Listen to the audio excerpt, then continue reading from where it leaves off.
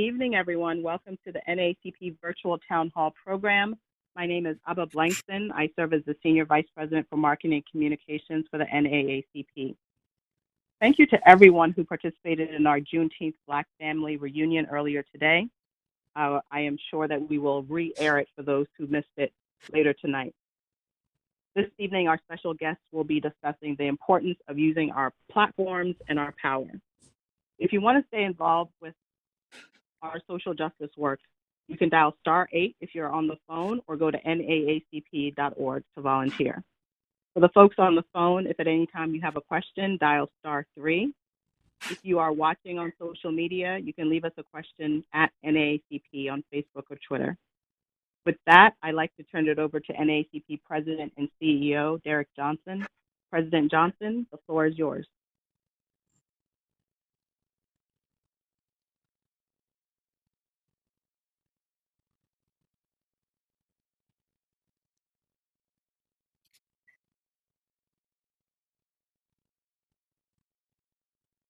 Technology, can you hear me now? Yes. Thank you, Abba, and I want to welcome everyone for joining us in this important conversation with NAACP and REVOLT.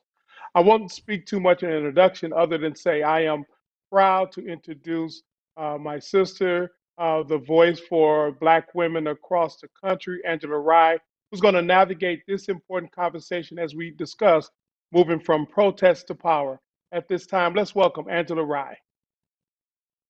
Thank you so much, Derek. It is always a pleasure to be with you. In particular, I wish that we could actually be in the same proximity for this Black family reunion, and we know that it's certainly needed given everything that's going on in the world today. So we thank you all for joining us on this Friday, this very special Juneteenth. Shout out to everybody who just found out what Juneteenth was. We've been doing this. We've been celebrating this, and I'll show you on my sleeve right here. These shirts are from last year, but I brought it back just to rub it in. So it is my honor and privilege to moderate this panel, our platform, our power, our politics, and figuring out how we can continue the momentum of everything that's happening with movement building right now. And I'm so grateful to be sharing space and to be sharing a platform with some people who I deeply admire. Today, our panelists will be Cari Chapman. You all know her as an anchor, a sports journalist, and a host on ESPN. She is dynamic and represents us so very well. We also have Kiana Lede, who is a musician and a singer who is first known for her supreme reimagining of Drake's Hotline Bling. Y'all know you have your hotline blinging sometimes still.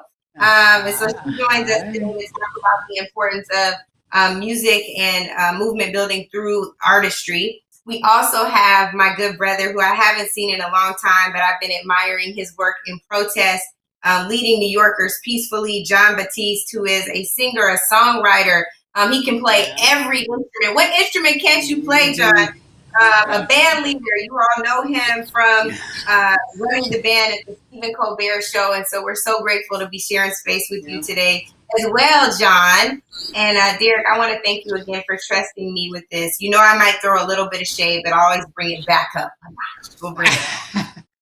So I want to start with you all just with something basic. How do you all feel about sharing Juneteenth with folks? It's a Black family reunion, so I feel like we should bring it into our conversation. What will we really be talking about at the table today? We will be talking about how we feel about sharing this holiday now with so many. Do you all think it should be a national holiday? We saw, some of you hopefully saw this clip of Mrs. Opal Lee. She's a 93-year-old telling people to go and sign this petition so we can have a national holiday. How do y'all feel about this? I've seen mixed reviews. Don't all jump in. For me, yeah, I'll go first. So look, for me, it's weird, because I like where we are right now. I like where the country is. They're seeing us, they're hearing us, they understand how important it is and that we have to end all type of isms, most specifically racism. But there is a part of me that feels some type of way that Juneteenth is now a holiday, a work holiday. I have all my white friends texting me saying, guess what, today I'm off because it's a work holiday. Or guess what? My company has decided to make this a holiday and this, that, and the third. I appreciate it and I appreciate the effort. But this was something that was special, just known to us. Everyone didn't know anything about it. And there's a part of me that wanted to keep it, yes, let's celebrate it nationally, but I did want to keep it a part of the family. That's just me being honest. But now that we have their attention, it's time to educate. Like you said, we've been celebrating forever. You've had your shirt since last year. You thought you rub it in and let everybody know about it. And so now the conversations that we're having is, what exactly does this mean? I posted photos of me going to Africa, being in the Cape Coast in Ghana, and explaining what that meant, and hoping that people really truly take the time to understand what Juneteenth means, not just about the struggle, but what a privilege it is that we have, and such a rich culture we have, and such a rich history. Because I don't think they know that, and we're starting to let the world know that, or they're starting to be more curious about everything that we've been able to do. I love that, Cari. Who else wants to weigh in on this? Do you agree with Miss Opally? Should we be celebrating this nationally, or do you feel like, do y'all gotta culturally appropriate everything? Everything. Yeah. I would like to think of it as more the country standing in solidarity with Black folks. Like, you are taking this moment to be able to say, yes, we see you, we hear you, you deserve this day to be able to celebrate Black liberation. And it's not, I don't really want to see it as a moment for white people or people of color that are not Black to be able to celebrate a holiday that's about Black people, but other than to stand in solidarity. And, just like we have religious holidays, like I personally think that we should spend more time, or I guess get time taken off for like Hanukkah and things like that, so that we are standing in solidarity with people that, even if we don't, I'm mixing up my words, but even if we don't celebrate the same holidays as them, we are standing in solidarity with them. Jon, I think you were gonna weigh in. What are your thoughts? Yes, I think people have to really be about it. People have to really be about it, because what ends up happening is when you compartmentalize a whole generational trauma into a day, you can lose focus on the magnitude of it. So I think that we oftentimes try to find ways to commemorate things when we haven't really fully faced them yet. And I feel like we're in the middle of facing the thing that we haven't fully actually been able to process. And we're already now trying to jump on the bandwagon of commemorating it before we have dealt with all of the trauma that comes with facing something that you don't want to deal with. So I see both sides of it. I do think that, as Kiana was saying, the solidarity element is very important, but it has to exist or coexist with the idea of us dealing with all of the things that come with, the stuff we swept under the rug, dealing with all that comes with pulling those things up under the rug and being like, okay, we're going to get rid of this once and for all. Yeah, that's powerful. And part of it makes me want to like transition into this other debate that's been happening, I think, at the kitchen. We're bringing y'all into all of our business right now. But the other debate that's been going on is symbols over substance, right? It's like, okay, they're tearing down these statues, but are you going to pay me at the same rate that you make sure that my white counterparts are paid? You're putting up Black Lives Matter, but tell me about that corporate accord. Like all of these other things. It's cool that the officers want to take a knee with us and stand in solidarity, but why did y'all shoot this man in the back last weekend? So when we talk about symbols over substance, and I'm coming from a child of someone who worked very hard to get the street named after Martin Luther King, who worked very hard to get where I'm from in Seattle, the county names, not just King County, but Martin Luther King County. Derek knows, he's told him 37 times. So how important is it to have symbols over substance, or are both equally as important? Or should we just be fighting for substance? What do y'all think about that? I think both are equally as important, Angela, and I appreciate you even saying that. I'm sorry I had to jump in because I've been on this platform, my platform, making sure that I am being vocal about what I feel, especially in the world of sports. So for instance, we can have the NFL saying that Black Lives Matter, and we can have all these different entities putting up these messages, and when you log on to your Netflix and they got all the Black movies for you to watch, that's great. I appreciate it. But what are you really doing? Do you value your Black employees like you're making money off your Black players? I think the substance is not there yet. I think everyone is doing it because it is something to do. Not everyone, but I think a magnitude of people are doing it because it is something that they feel is right, but they don't really understand. And the onus is no longer on us as Black folks to keep explaining and educating. I want you to go out and I want you to pay attention and I want you to learn on your own and I want you to hear, and I don't ever want you to feel as if you're exhausted. I want us to continue to have these uncomfortable conversations. I want you to cringe at some of the things that I say if I say it too harsh, because I want it to be out in the open, because this is what we have to do in order to recognize something that we have not taught in American schools, that we have ignored for centuries, for decades. Like, what is the problem? Let's talk about it. So it's hard to talk about substance and then also talk about all these different things that people are doing. I think the first step is what they know. Let me remove these statues. Let me say that I'm celebrating Juneteenth. Let me put out my message of Black Lives Matter, and let me say it in solidarity. But the next step is to really get under the hood and take a look at what we like to call, especially if we go to corporate America, what we like to call these class charts. Like, look at your look at your organization chart. If I see nothing but white leaders, I really can't see that you're understanding what change needs to happen. Open the doors, let us in, equal pay, the whole nine. There's so much more work to do. We cannot let our foot off the gas. We have to continue to have these conversations. We have to stay as loud and as proud as we are and let them know that we're here. We're here to really, truly see change. We're here to affect change. I want a call to action. Don't give me your pretty words. Let me see what we're doing behind the scenes. Yeah. I feel like I saw I Derek. absolutely agree. Yeah, absolutely agree. I want to sit back and listen. No, we are sitting in a moment that was thrust upon us, a moment that none of us could have predicted would have been here this time last year.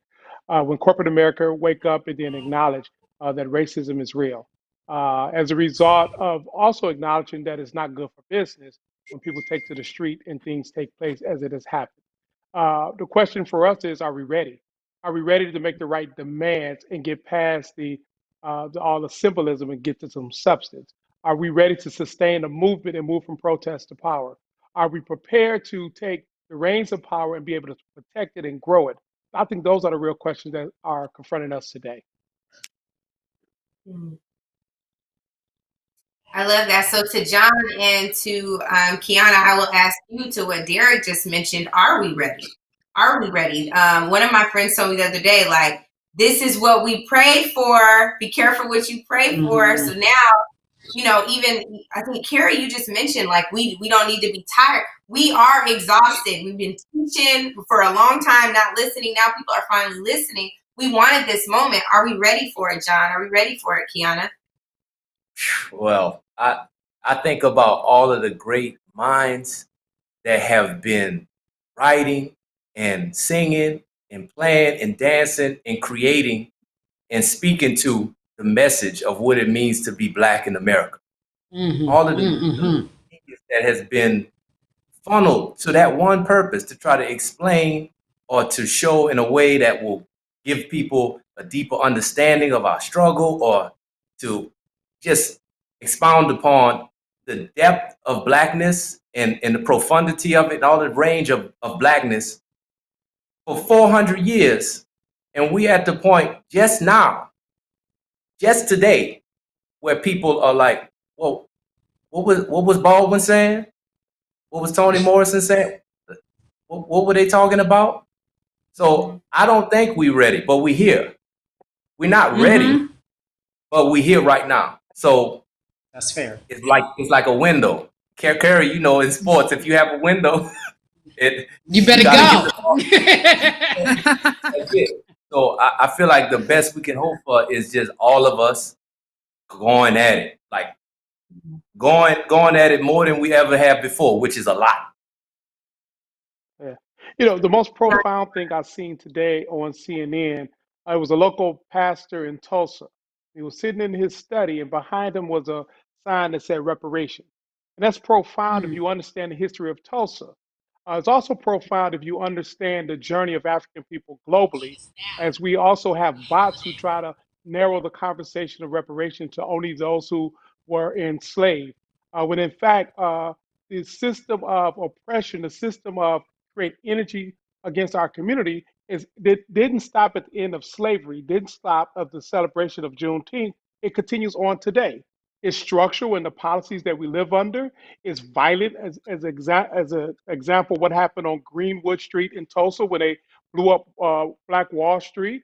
It's very deep, where it's so systemic that a pandemic will have a disparate impact on us because we live in food deserts and the air quality is bad, the lead paint that's in the classrooms and the lack of education, the lack of access to healthcare. It is so systemic that we have to begin to have the real conversation, not only with government, but with corporate America. Are you ready to really have the serious conversation that's going to be required to repair Yeah. all the harm and the injury that you've done to African people? They're not I ready. love They're not ready. And they're not ready. I know they're not ready. I'm sorry to cut you off. I'm just hot because I know they're not ready. Go ahead, Angela. Sorry. no, because it's people at home watching right now, like, thank you, that's what I've been saying. So say, you know, people say less now, say more. What tell me get it off your chest.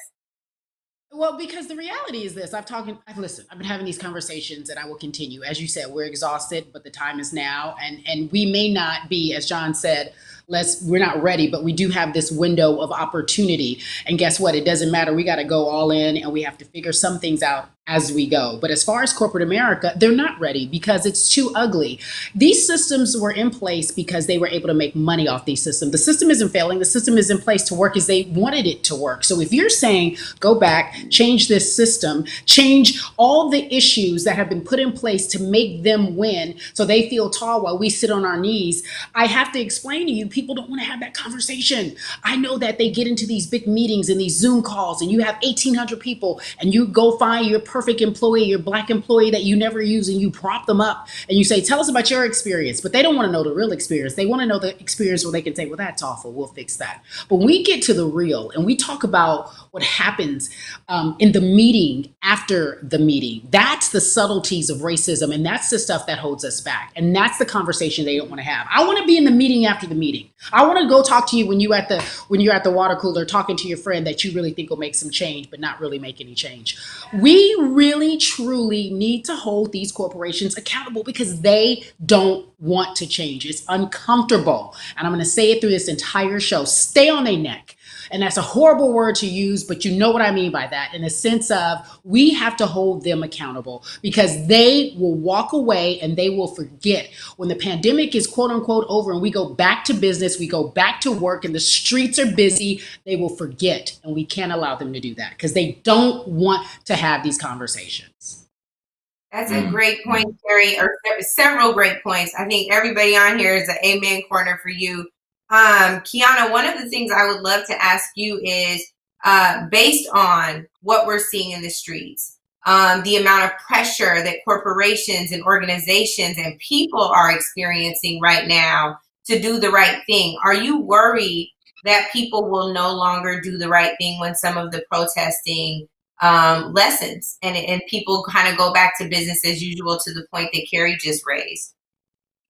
Yeah, I think that's definitely a fear that I have, is that like it's a moment and it's not a moment, as we know. This is something that we've been living since the day we were born, and our ancestors have been living, and our parents have raised us to fight this fight. So they better be fighting along with us for the rest of their lives, and on and on and on. I think one tool that I have been using, if it's not music, is social media. I think that's the really great thing about social media, is that we're able to use it to hold people accountable and to continue fighting the fight and make sure that people are on it. Yeah, there's good sides and downsides. Of course, we've been seeing a lot of performative activism as well, but like just to be able to say like, oh, this business, Pretty Little Thing, for instance, makes a lot of money from the Black community, and they haven't said anything. They haven't said shit, and we know that we're giving them so much money. It's good to be able to hold them accountable. Mm-hmm. Thank you, Kiana. I want to weigh in on the how. Derek, one of the things that I love about you is you're always thinking about our next steps, and so I don't want to just stay in the conversation that we normally have at our family tables around what's going on and how we really feel about what y'all doing right now. But also, what is our how? When we talk about how we get ready, when Cari talks about the window of opportunity, how do we keep that window open? What are some of the things that you're working on, that NAACP is doing with your platform, since this is about our platforms, our power, and our politics? What are some of the things you all are working on right now where folks at home can get involved in the how and in that work? Ouch. So, I just hit one. I'm sorry. go ahead. You okay? Yeah. One of the just go. It's fine. one of the things that I'm working on right now is, one of the things I'm working on every day is using my platform, trying to be able to use my words and use the amount of people that see what I post every single day to bring more attention to the organizers and the leaders of the Black Lives Matter movement. And educate people and communicate with people and open up a conversation so that people that follow me can talk with their friends and share their experiences. One of the other things that I'm doing is working on, I don't know if you guys had seen, but I posted something on Twitter of this kid that I went to high school with, and he had "fuck niggers" written on his arm.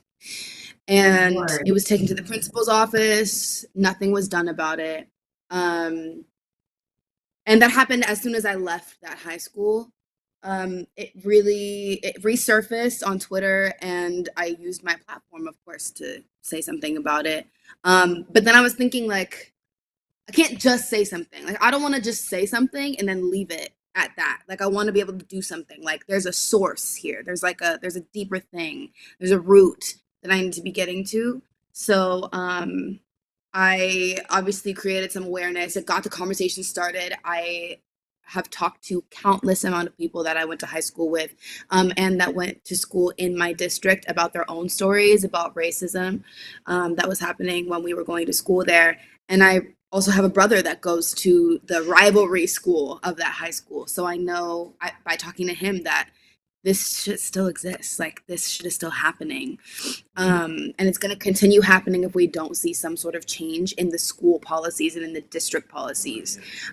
So I just got a few friends together, and we're working on a policy that we can bring to the school district that I went to kind of start a little bit small, but to hold students and faculty accountable for displaying any sort of racist discrimination and behavior. Where is the school, Kiana? In Phoenix, Ahwatukee. Got it. Derek, again, like with NAACP being the largest and oldest civil rights organization in the country, not only have you all equipped a lot of young folks like Kiana, right, in the world to go out and engage in this type of societal change, what are some of the things that you all are doing right now, again, to accomplish this how we get ready, how we stay ready really should be the thing. And then how we keep this window of opportunity open so that it's no longer a space that we feel restricted by and trying to force everything in right now. Right. So, where we are is layered. There is no silver bullet. Is how we operationalize our members and volunteers on the ground. For example, in Minneapolis, our leader of that branch, 28-year-old lawyer, a firebrand, who came through a training program so she could stand out in the streets with her counterparts and members of the Black Lives Matter movement, and as well go in and have meetings with the police chief and the mayor, and equipped to do both simultaneously. Or our young leader in Georgia, who was one of the first people on the scene and with the Ahmaud Arbery case. And what he was able to do was not only communicate with the family, talk to the community, speak out what was going on, but in the back end, understand that protests must lead to power. If you have a local DA that's going to be on the ballot this year, begin to organize to unelect her because she's not accountable.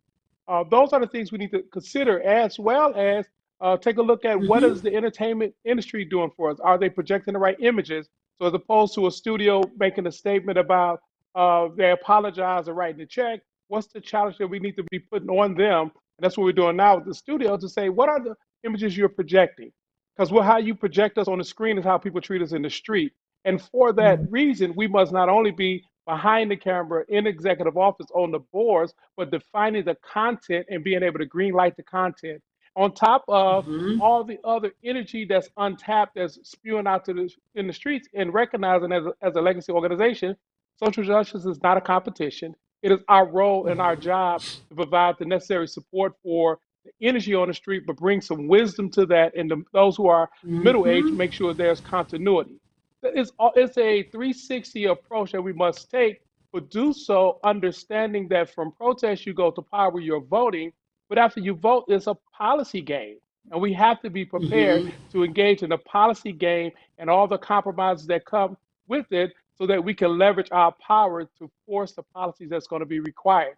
I mean, it's complicated, it's a legacy in nature. We are part of a continuum. Understand that we got to pass the baton off, but at all times, understanding very clearly when we fight as a people, we win. We have to stay in the fight. We Mm-hmm. have to continue to engage the fight. Derek, I love that. Social justice is not a competition. That is such a good word. And Jon, you just recently went beyond your, the norms of what you do in music, and you took that music to the street. You took your organizing skills and your leadership skills right to the heart of a march in New York 2 weeks ago, a protest in New York 2 weeks ago. Was that your first time engaging in that type of social action? Or are you like, nah, man, I'm not new to this. I'm true to this. Where are you on the spectrum? And do you be back in the streets soon? Yes, indeed. Oh my goodness. I come from a family of activists and protesters, so I ain't new to it. I mean, in Louisiana, my grandfather was the president of the local postal workers union, and he was marching and organizing for the rights of the black postal workers. Also, he was the president of the hotel union in Louisiana and in New Orleans in particular. And he would organize. This is around the same time as the 1968 Memphis sanitation strike. And this was something that was going on that he made us very, very aware of was when we were coming up, having a certain consciousness that the freedoms that we had were not something that weren't hard earned. And then from that time, I've participated in marches, whether it's the Women's March, whether it was the March for Science that I organized and curated several different bands with my buddy Questlove on the National Mall. We performed. I'm really just somebody who supports and will use music to uplift anything that is going to make the actual American life represent what's in the Constitution. That's the thing. The promise is there. Everything that we talk about in terms of the American dream and all things that we say we're really not. So music has always been that thing that can light that truth on it. Put that truth light on it and say, are you really who you say you are? And I've been doing that. And this is not something that I'm gonna stop. I think now we gotta do it more than ever. Since the march in Union Square 2 weeks ago, we've done 2 other marches, and we're doing another march tonight. Actually, a voter registration rally.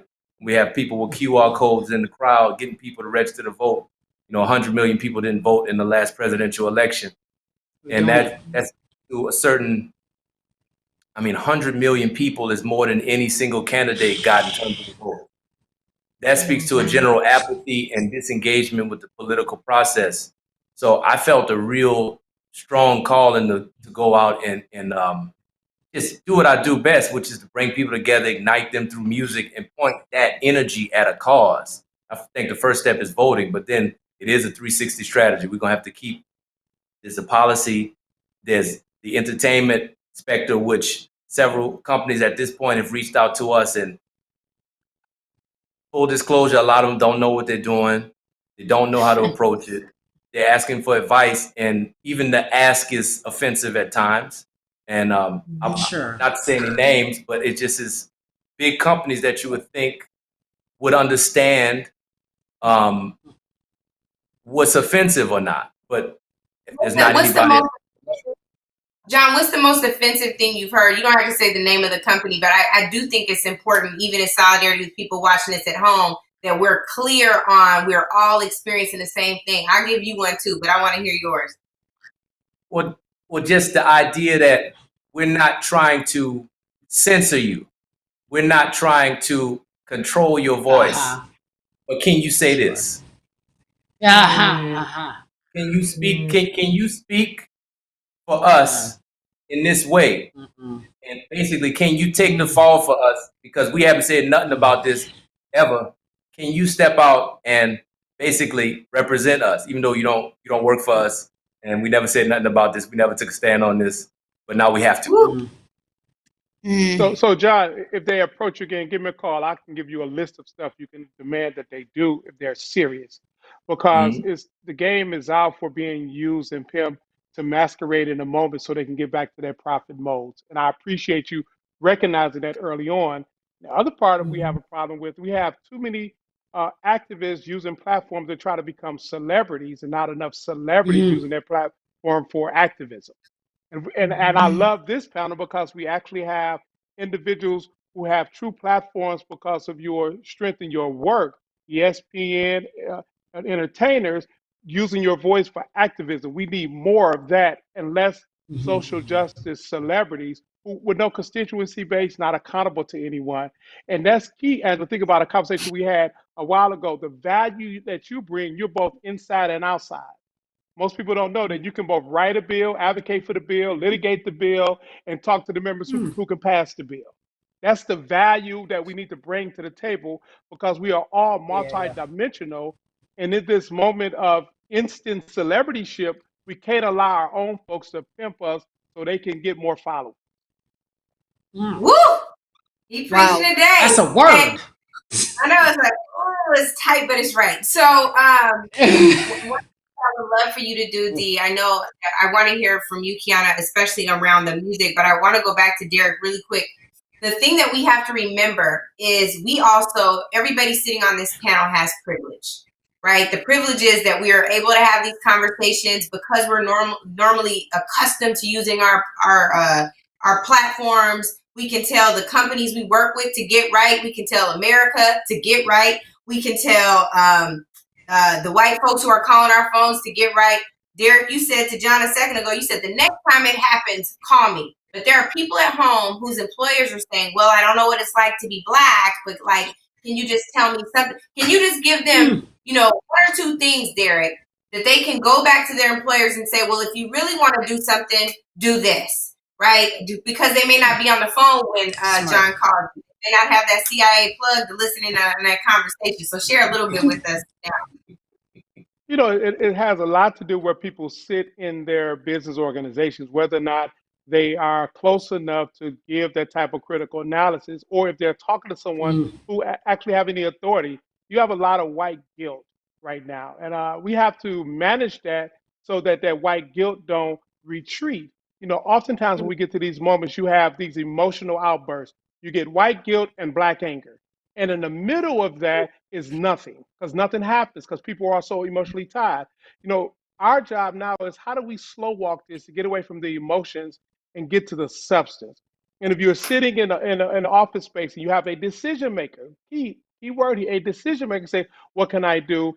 Understand the reach and the gravity of the person's authority. If you understand it and truly know it, then you can define what they can do. But don't have an unnecessary conversation with someone, one, who have no authority, and two, they're operating out of emotion as opposed to being able to execute on something. If it's strictly emotion, what you can do, you can talk to more white people on understanding how to be more empathetic, but also understanding the privilege that they're sitting in and how we as African Americans have to navigate in these spaces so that you don't become the what's the new white woman word y'all using now? The Sally, the Karen. Don't be the next Karen. Okay, wait, Derek, I have a question. Angela, you brought up something really smart.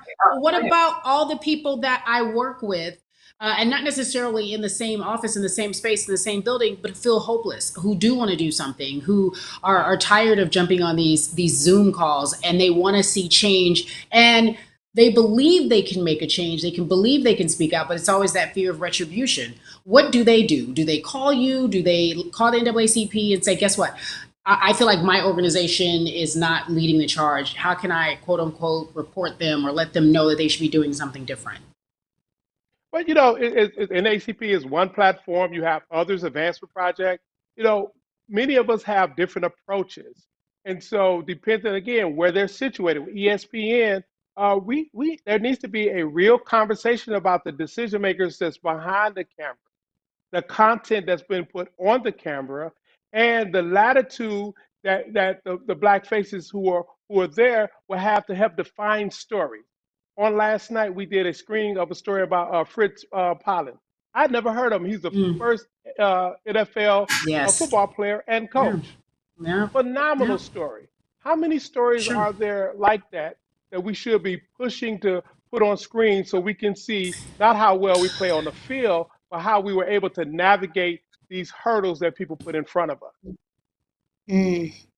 That's really powerful. And Cari, I know you had a question for Derek, but I have a question for you in this same space. As a commentator right now, and this is something I'm selfishly asking, how are you navigating um, Black anger that Derek just talked about, and the heightened emotions and the sense of like pressure, right, that we experience not only to go and speak for ourselves on air, but also for the Yeah. culture. How are you navigating that from a mental health standpoint?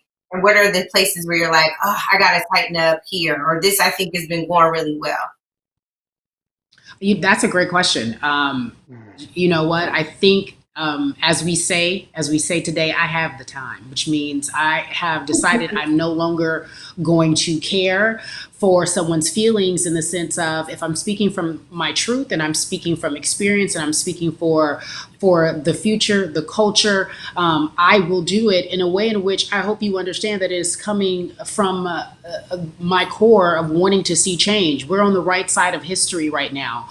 And mentally, it is exhausting being comfortable being uncomfortable. Everybody in here, everybody on this panel knows what that feels like. We if I could just go to work and do my job, I'd be great, right? I would be excellent if I didn't have to navigate all the nonsense.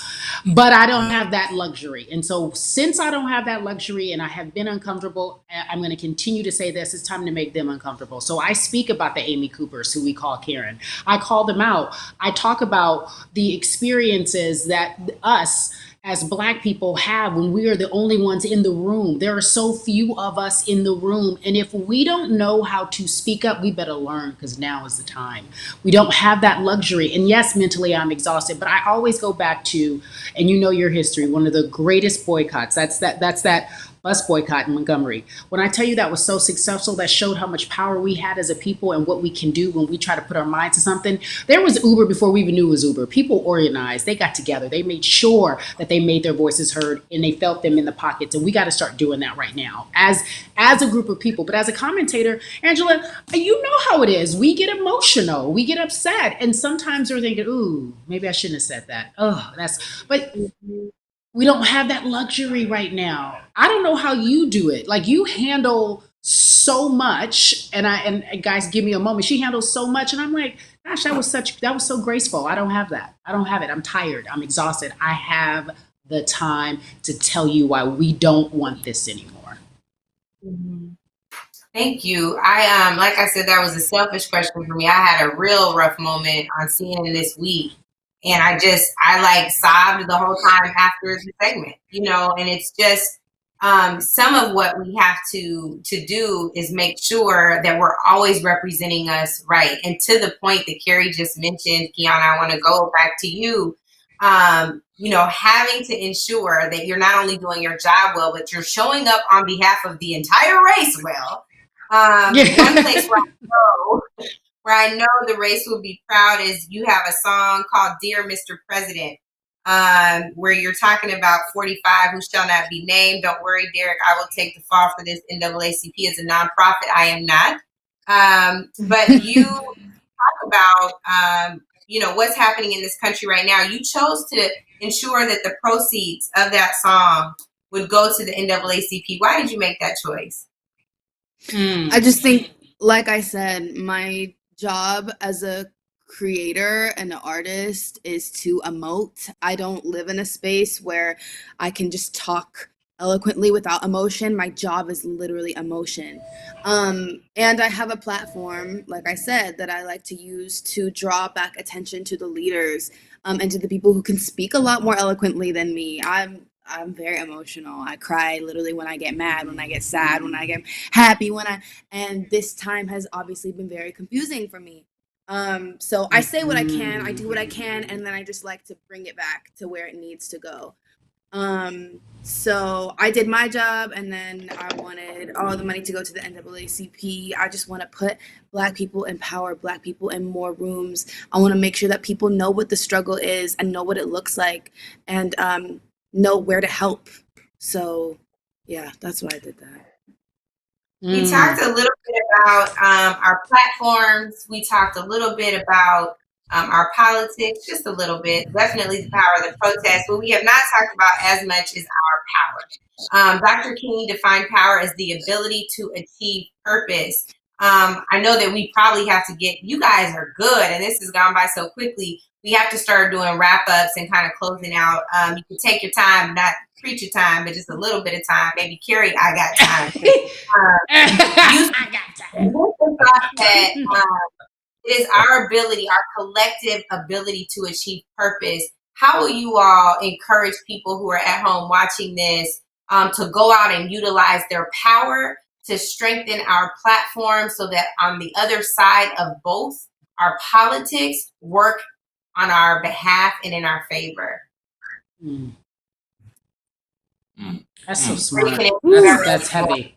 That's just a Can I just say, I think I think step number one is just to educate yourself. I mean, there's so many things that I didn't know about that I'm learning about every single day, about things that work against me as a Black woman and fight for me as a Black woman. So educating myself has been number one. I think instead of just, sorry, like I said, I'm better with my words in a song, but I like to go out and protest on the streets and also be able to understand what I'm protesting and why we need to reform the police and why we need, systematic change and where the root of that is and where the source of that is. So just really educating myself. We have so many resources out there. So just be able to equip myself with knowledge so I can not only use that for myself and for my community, but also spread the word. Thank you, Kiana.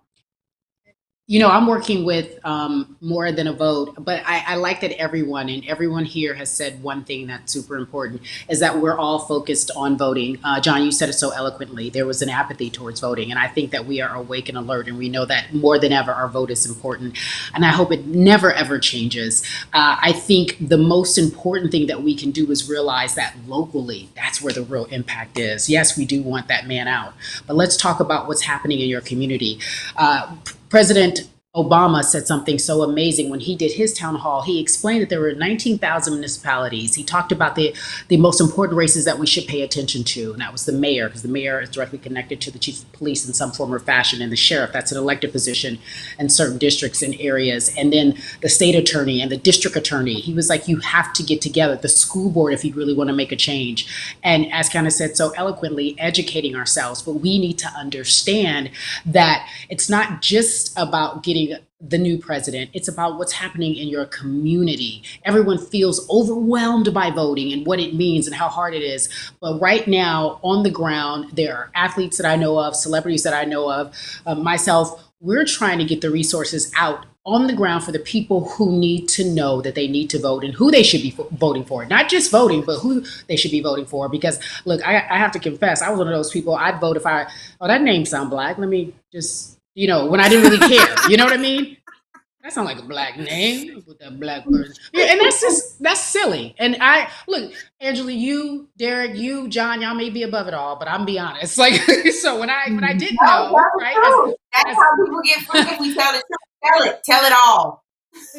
So now we have to really take the time to educate ourselves about who we're voting for. Don't vote for the person because you saw their posters all over the lawn. really know who you are voting for, because there's so much power. And that's the work that I'm doing right now. And, also while changing, I participated in something called Share the Mic, where we switched our platforms with white women who have the power. I have a tough relationship with white women, right? And they have these huge platforms, but they were open and honest enough to say, okay, you go there, you educate my peers, my group of people, my followers, my constituents, if you will. Talk about what you find is important, and voting is necessary. Like, education is key. It sounds so cliche, but it's so key. So important. So important. Jon, how about you? Power. Power. Question of power. Well, wow, that's a lot. So I would say clarity of intention is very important. Know your rights, but also pick your 3 issues. Pick the things within your community. Localize your thinking, as well as looking at the national level. Think about things that will directly impact your community, your family, and do your research on those things, because I find that it becomes a lot easier to have clarity when you focus on a specific segment of the problem at a time. Mm-hmm. And it also gives you an opportunity to raise awareness about things in greater depth. There's so many things that need to be fixed, and it can feel overwhelming. It can feel like you're powerless if you don't focus in on the things that you do have a handle on. And there's a lot of things, once we start to learn our rights and the things that as American citizens we have inherited as our right, there's so much that we can do that will dramatically change the course of our lives and then ultimately change the country. I think that's where our real power is. And I think we have been bamboozled into thinking that we work for these people. They're public. These people work for us. That's what the whole thing is. That's the whole structure of the thing. So there's so much to get lost in. And that's part of the thing that, the guy that's up there now, that's part of what the strategy is. Let's create a wealth of nonsense and distraction that will discourage or promote apathy, or give you a sense of feeling that nothing can ever shift within your community. So then we have to resort to these extreme things. And I'm saying protest, yes, but also go out and vote. Research on issues. Do that. And then you can also have rallies, and you can also have things that raise awareness to the problem. But it's gotta be very focused right now. We have to be very, very intentional. Very, very intentional. So that's what I would say. Pick 3 issues. Vote also nationally, but localize your thinking in a way to get to a greater depth of understanding of what you really want to tackle in the next few years. Yes. President Derrick Johnson, how about you? So, I define power simply as the capacity to make things happen or prevent things from happening. Very simple. For Black folks in this country, not only are we not a monolith, we are, because of all of our diversity, we define culture.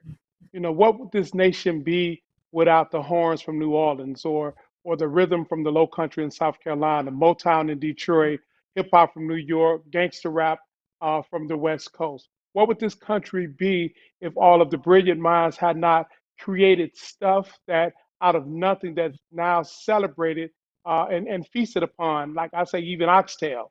Uh, that creativity is the power to pull our collective consciousness together to survive. But that survival is only the foundation that we should be standing on to move forward, and not allow anyone to define who we are or what we should be. But we treat society like we have done with our culture. Define it, push it, make sure that public policy reflect the needs and interests that's most important to our community. Understand what a healthy community should look like and work towards it, where we are truly of creating quality for our elderly, preparing our young people for a future, protecting the rights of the disadvantaged. You know, at the average age of the NAACP staff now, since I've been there, we pushed it to the mid 30s, and they always jump on me and say, "Don't go give a history lesson." But the history that we have is so rich that we must pull from the Yes, history so we can we understand have the to. future. It's a Sankofa moment. And Sankofa is that mythical bird from the Ghanaian culture where it's flying forward but looking back. It is rooted in the history as it fly into the future. That's where we are now. We're in a Sankofa moment. And in this Sankofa moment, we must look to see what actually worked when we organized well enough to put together the protest that was required at that time and it was necessary, but we also learned that it wasn't sufficient. It wasn't sufficient because it didn't take us to that next step, but it was a rallying cry for the moment. That Sankofa moment to understand that people moved from the March on Washington, that was a great demonstration that we can come together, and they moved to this thing called Freedom Summer so they can force the question around our franchise. And they were able to win that question in New Jersey, but they didn't stay there. They didn't force the question when they went to Lowndes County, Alabama, not Selma. Selma was the compromise place. Selma was not successful, despite the heroic things that John Lewis did. The mayor of Selma, when Edmund Pettus Bridge March took place, stayed mayor of that city until 2000, a 70% black city the whole time. That's not success. But in Mm. Lowndes County, the next county over, those SNCC organizers, they organized and they were able to form a political party and they used a mascot. It was a Black Panther. It was the Black Panther Party. And they did that because people in the state of Alabama, black and white, were illiterate. So they voted based on the symbol. And out of that, they showed that in Freedom Summer, we can gain access to vote in Lowndes County, and we know we can control the vote. And that started the movement of taking over cities across the country, whether it was Gary, Indiana, Detroit, Atlanta, and that created thousands upon thousands of jobs. It was in New Orleans. That's power because then they had the capacity to make something happen or stop things from happening despite all of the attacks that was taking place. It began to break up, but power also requires us to take it and protect it. And so now Hmm. we're in another junction where we must take the power and protect it Yes, so we can have a better future than our past was. I'll stop there. I was about to say something else. Sankofa moment. It's No, I'm good. with I it. love that. I love that. I want to double down on the fact that we know right now that our folks are living in two pandemics. It's been talked about so eloquently. There's, of course, racism, which is a pandemic that came in 1619 and has yet to leave, even though we know that we're all actively working to dismantle it. And then, of course, we have coronavirus. So while we're sitting here talking about and participating in a Juneteenth Black Family Reunion, we know that so many of our folks still can't gather because of social distancing protocols in states all over the country. Because we are so short for time, I'm going to ask all of our Black Family Reunion gatherers to continue the conversation online. I'm hoping that our panelists today will happily answer some of your questions if you use the hashtag Black Family Reunion to just weigh in there. But I want to just put a fine point on some of the things that were said. Derek referenced the fact that we define culture, that right now is a Sankofa moment where we're flying forward but looking back. That helps us to not repeat history and ensures that we come up with solutions that make a real difference in the community long term, and the window does not close. Cari, you talked about know who and what you're voting for. I feel like you kind of referenced Zora in saying all our skin folk ain't our kin folk when you said just because they have a black name Yes. that worthy of the vote. The other thing that John said is the clarity of intention. The clarity of intention. And Tiana, I think that you referenced some of that in your commitment, not only to social justice and civil rights organizations like the NAACP, but in your own commitment, right, to getting out into the streets, and your own commitment to using your art to ensure social change. And so with that, I want to thank you all, not only for spending your Friday evening with us for Juneteenth, but for all you do every day, for using your Blackness to fuel your passion on your platforms. Thank you so very much. I look forward to all of us working together. Derek, do you have something you want us to do if we're not members of the NAACP? Do you have anything you want us to do? Right. So thank you, Angela, for moderating this conversation. Of course, I want to say join the NAACP. We are a vehicle for voice. But if you decide to use another vehicle for your voice, use your voice. NAACP.org is where we would like you to join, but any number of groups that are out there fighting for the liberation of our community. You know, there was a case called the Dred Scott decision. And in that Supreme Court decision, it said black folks had no rights, whites were bound to uphold. And we at the NAACP, we filed a year and a half ago a lawsuit because this administration was trying to do away with DACA. And people said, why would you do that? That's not us. Those are Latinos, that group.